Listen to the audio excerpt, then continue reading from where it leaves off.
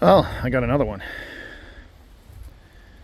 5.0. It's a 1982 with a 1983 front bumper on it.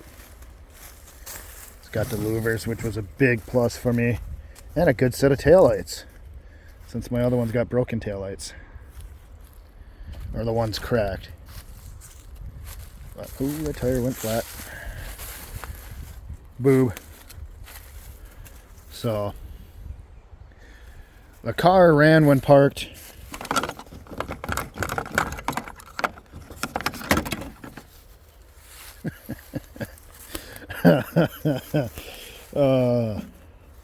So, just a stock 302.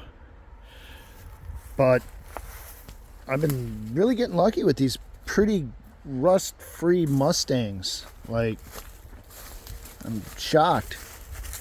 So this one, there's the fender has to come out or slid forward or something because she catches right there.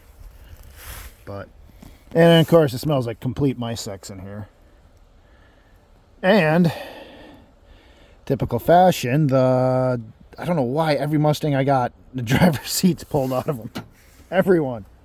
So I don't know if it's like a common thing to do with Mustangs when you work on them, just pull the driver's seats out of them. But ooh, there we go. But I mean, it's solid all up in there. So this interior is in better shape than my other one. And oh god, smells like my sex. Wow. Woo. This one's bad. Worse than the last one. Worse than the Cougar. God, this is probably the worst one yet for my sex. But I got it for a parts cart, though this one's got a title issue. As in, there is no title, and that's an issue. But like a couple selling points for me was good taillights, because I needed taillights for my car. The louvers, because these are actually the nice looking louvers. All the aftermarket ones are only like 7. There's a huge gap, so it's like, how many's here? 12. New ones are like 5, 6. So they just look wrong. Like this actually looks like it's right for the car. Came with a set of rims that actually, so a little bit of story on this car. I've been trying to get this car from the guy for years, and this is what ended up me buying my other Mustang, because this one supposedly sold, and I guess the guy had it sold like 2 times, and in the end no one ended up paying him for it. So he's like, well, here you go, Brandon.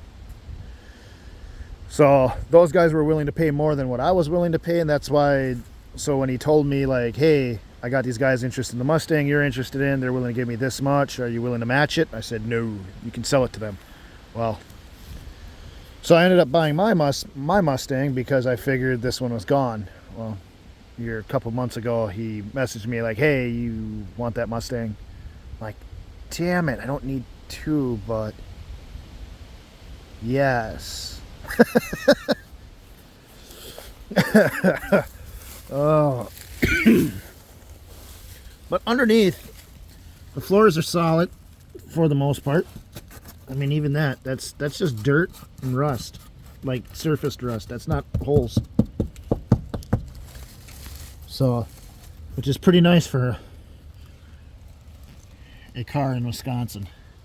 Now, I don't know how long this car's been in Wisconsin, which is probably what saved it, because the guy I got the car from, he said there was paperwork he's got to get me yet that said it basically was in Pennsylvania. So it's a Pennsylvania car. But yeah, it came with all this. That's a good motor and all of that, which I believe that is actually the taillight I need for my car. I believe it's the passenger one that's cracked, and I think that looks just like mine. It comes with another fender, 2 hoods. The hood's even got the scoops on them. and a whole nother motor and transmission. This is the original motor and transmission out of that car. So a little story about all of that. The guy I know who got this car got it because he did a bunch of work for this person and kind of as a traded the car for the, but the person he traded the car won the car in a divorce, and she, I guess her ex kept the title, never gave her the title or something. I don't know. I don't know the exact full details, but she no longer has the title, and pretty sure he won't give her the title, so it must have been a pretty bitter divorce. But so the guy I get it from, he gets this car, and then one of his dad's buddies got in a wreck with his Mustang, which was an 83 Mustang. So that was a rear end hit. That's why the front end is all here off that 83. So he pulled the motor out of the 83 knowing it ran and drove just fine. Threw it in here instead of attempting to get that engine to run. So I might have two good engines. I might have two bad engines.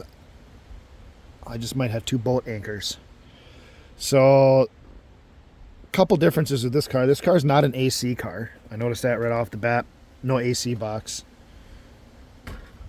Which is kind of nice. There's a lot more room for activities in here. The brake master cylinder is missing, and it looks like the brake booster is kind of crappy.